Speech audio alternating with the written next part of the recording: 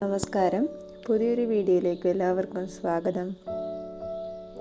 India ഉൾപ്പെടെ മറ്റു രാജ്യങ്ങളെല്ലാം വിനോദസഞ്ചാരത്തെ വളരെയേറെ പ്രോത്സാഹിപ്പിക്കുന്ന ഒരു കാലമാണിപ്പോൾ. പല വിദേശ രാജ്യങ്ങളിൽ നിന്നും വിനോദസഞ്ചാരികൾ ഇന്ത്യയിലെത്തുന്നുണ്ട്. വിദേശ വിനോദസഞ്ചാരികൾക്കായി വിവിധ സംസ്ഥാന സർക്കാരുകളും കേന്ദ്ര സർക്കാരുകളും പലതരം ടൂർ പാക്കേജുകൾ നടപ്പിലാക്കിയിട്ടുണ്ട്. എന്നാൽ ആദ്യമായി ഇന്ത്യയിലെത്തിയ വിദേശ വിനോദസഞ്ചാരിയെപ്പറ്റി നിങ്ങൾ ഒരിക്കലെങ്കിലും ചിന്തിച്ചിട്ടുണ്ടോ? ആരായിരിക്കും ആദ്യമായി ഇന്ത്യയിലെത്തിയിട്ടുള്ള ആ വിദേശ വിനോദസഞ്ചാരി? ഇന്ത്യയെക്കുറിച്ചും അതിൻ്റെ മഹാത്മ്യം ലോകത്തിന് വിശദമായി പറഞ്ഞു കൊടുത്ത ആ വിദേശ സഞ്ചാരി ആരായിരിക്കും? അദ്ദേഹത്തിൻ്റെ പേരായിരുന്നു മെഗസ്തനീസ്. ചന്ദ്രഗുപ്ത മൗര്യൻ്റെ കാലത്ത് ഇന്ത്യയിലെത്തിയ ഒരു ഗ്രീക്ക് ദൂതനായിരുന്നു മെഗസ്തനീസ്. ഇന്ത്യയുടെ ഭരണ സംവിധാനം മുതൽ സമൂഹം വരെ എല്ലാം അദ്ദേഹം വളരെ സൂക്ഷ്മമായി നിരീക്ഷിച്ച് എഴുതിയിരുന്നു.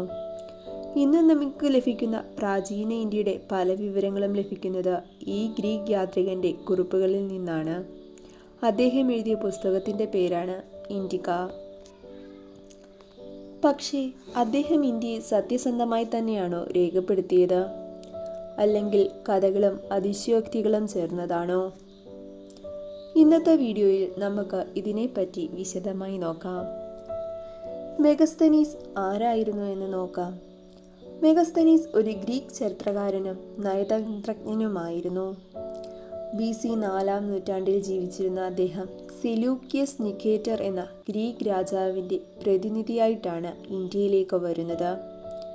അന്നത്തെ ഇന്ത്യയിലെ ചക്രവർത്തി ചന്ദ്രഗുപ്ത മൗര്യർ.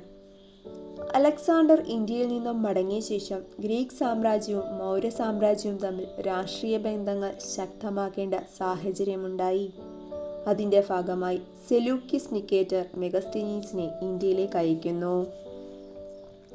അദ്ദേഹം പ്രധാനമായും ബീഹാറിലെ പാട്ലിപുത്രയിലായിരുന്നു താമസിച്ചിരുന്നത്. ഇന്നത്തെ പാട്നയായിരുന്നു അന്നത്തെ പാടലിപുത്ര. അന്നത്തെ ലോകത്തെ ഏറ്റവും ശക്തമായ നഗരങ്ങളിൽ ഒന്നായിരുന്നു നമ്മുടെ പാടലിപുത്ര. ഇന്ത്യയിലെത്തിയ മെഗസ്തനീസ് ഏറ്റവും കൂടുതൽ അത്ഭുതപ്പെട്ടത് ഇന്ത്യയുടെ വലിപ്പവും സമ്പത്തുമാണ്. അദ്ദേഹം എഴുതി, ഇന്ത്യ സമൃദ്ധമായ നദികളുടെയും കൃഷിയിടങ്ങളുടെയും നാട്. ഗംഗ, സിന്ധു ഉൾപ്പെടെ നിരവധി നദികൾ അദ്ദേഹത്തിൻ്റെ ഗ്രന്ഥത്തിൽ രേഖപ്പെടുത്തി. വലിയ നഗരങ്ങൾ, ക്രമബദ്ധമായ ഭരണ സംവിധാനം, ശക്തമായ സൈന്യം, നികുതി സംവിധാനം, വിപണികൾ, വ്യാപാരം എല്ലാം മെഗസ്തനീസിന് അത്ഭുതങ്ങളായിരുന്നു. അദ്ദേഹം ഇന്ത്യ സമൂഹത്തെ പല വിഭാഗങ്ങളായി രേഖപ്പെടുത്തി. കർഷകർ, സൈനികർ, പണ്ഡിതർ, തൊഴിലാളികൾ, അങ്ങനെ. ഇന്ത്യയിൽ ഗ്രീസിലെ പോലെ അടിമത്തമില്ലായിരുന്നു എന്ന് അദ്ദേഹം പ്രത്യേകം പരാമർശിക്കുന്നുണ്ട്. യുദ്ധകാലത്ത് പോലും ഇന്ത്യൻ കർഷകർ കൃഷി തുടർന്നിരുന്നു. ഇത് ഇന്ത്യൻ കാർഷിക രംഗവും സാമ്പത്തിക രംഗവും ഒരുപോലെ വളരാൻ സഹായകമായിരുന്നു. ആനകളെക്കുറിച്ച് വിശദമായി തന്നെ അദ്ദേഹം പറയുന്നുണ്ട്. ഇന്ത്യൻ ആനസേനയെ കണ്ടപ്പോൾ അദ്ദേഹത്തിന് ആശ്ചര്യമായിരുന്നു. ഒരു വന്യജീവിയെ ഒരു സൈനിക സേനയുടെ തന്നെ ഭാഗമാക്കി മാറ്റിയിരിക്കുന്നു. സന്യാസിമാരും തത്വചിന്തകന്മാരെയും കുറിച്ച് അദ്ദേഹം ഇന്ത്യയിൽ വ്യക്തമായി തന്നെ സൂചിപ്പിക്കുന്നു. എന്നാൽ ഒരു പ്രധാന ചോദ്യം ഇവിടെ ഉയരുന്നു. മെഗസ്തനീസ് എഴുതിയതെല്ലാം സത്യമാണോ? ഉത്തരം അല്ല. അദ്ദേഹത്തിൻ്റെ കുറിപ്പുകളിൽ ചില അതിശയോക്തികളും തെറ്റുകളും ഉണ്ടായിരുന്നു.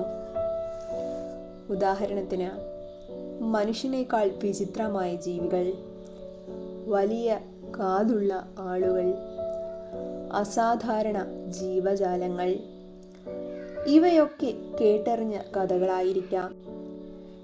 എങ്കിലും അദ്ദേഹത്തിൻ്റെ പ്രധാന വിവരങ്ങൾ പലതും പിന്നീട് പുരാവസ്തു തെളിവുകളായി ഒത്തുപോകുന്നതായിരുന്നു.